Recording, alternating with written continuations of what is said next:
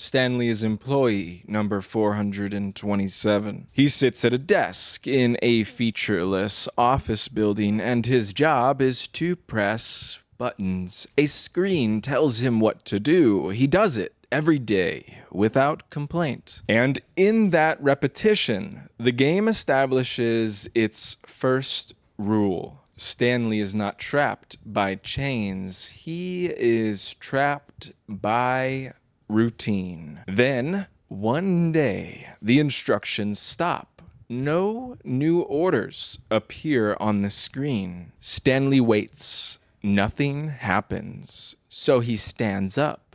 And for the first time, he makes a decision that isn't assigned to him. The office is vacant. No coworkers, no voices, no answers. But the moment Stanley leaves his room, someone speaks. A narrator, calm, certain, omniscient. He tells you what Stanley is doing, where Stanley is going, what Stanley is thinking, not as commentary, as fact. This is the real premise of the Stanley Parable. You are not exploring an office. You are exploring a relationship between a player and a voice that believes it owns the story. The game doesn't waste time. Stanley reaches a hallway with two open doors. The narrator says Stanley went through the door on the left. You can go left, or you can go right. It's the simplest fork imaginable, and it's the entire game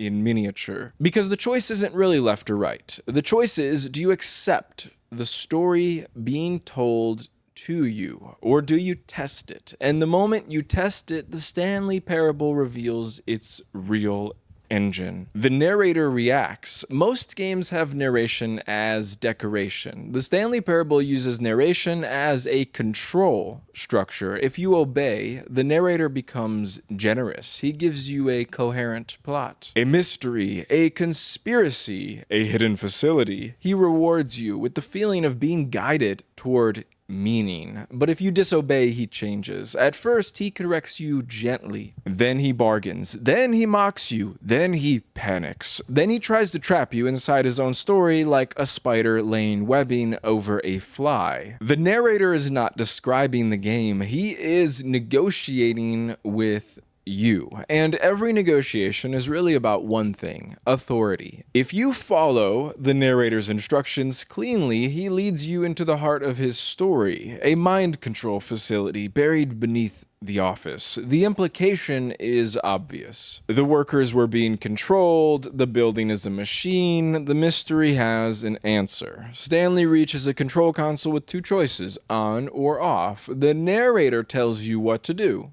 Turn it off. If you comply, the facility powers down, and a massive door opens. Sunlight spills in. There's a field outside, and the narrator declares it a victory. He tells you Stanley is free. He tells you Stanley is happy. And then the game resets, because even the freedom ending reveals the joke. The only way to escape is to accept that the story was written for you. It is the cleanest satire the game ever delivers. Obedience gets you a happy ending, but the happiness, well, it's narrated and assigned. Disobedience doesn't break the game, it activates it. Most players disobey, because disobedience is the only thing that produces new information. When you go right instead of left, you don't find the wrong path, you find the game. You find hallways the narrator doesn't want to explain. You find maintenance tunnels and cargo lifts and hidden rooms that feel like backstage areas, and the narrator starts scrambling to recover the story. He tries to lure you with promises. He invents consequences. He builds new explanations on top of old ones and hopes you won't notice the seams. This is where the Stanley Parable becomes what it really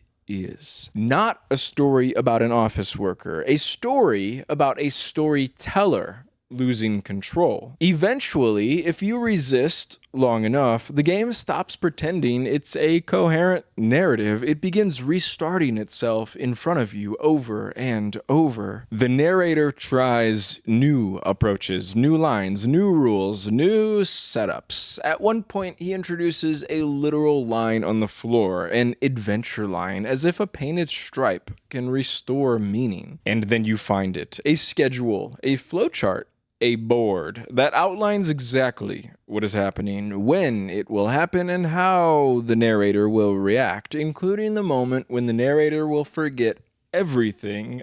This reveals an interesting kind of cruelty, because it shows that even the narrator is trapped. He is a voice pretending to be free inside a system that already decided what he will say. Author is a character. The controller is also being controlled, and the reset arrives exactly on schedule. If you chase an escape route, the game punishes you, then saves you. Stanley falls into a trap. The narrator warns you, but you proceed anyway, and the story snaps. A different voice takes over. You wake inside a museum exhibit filled with the Stanley Parable's own developmental artifacts, models, prototypes, cut content. The game becomes its own kind of archaeology. This is not an Easter egg, it is a thesis that the world was always a set, the story was always constructed. The only mystery is whether you were willing to pretend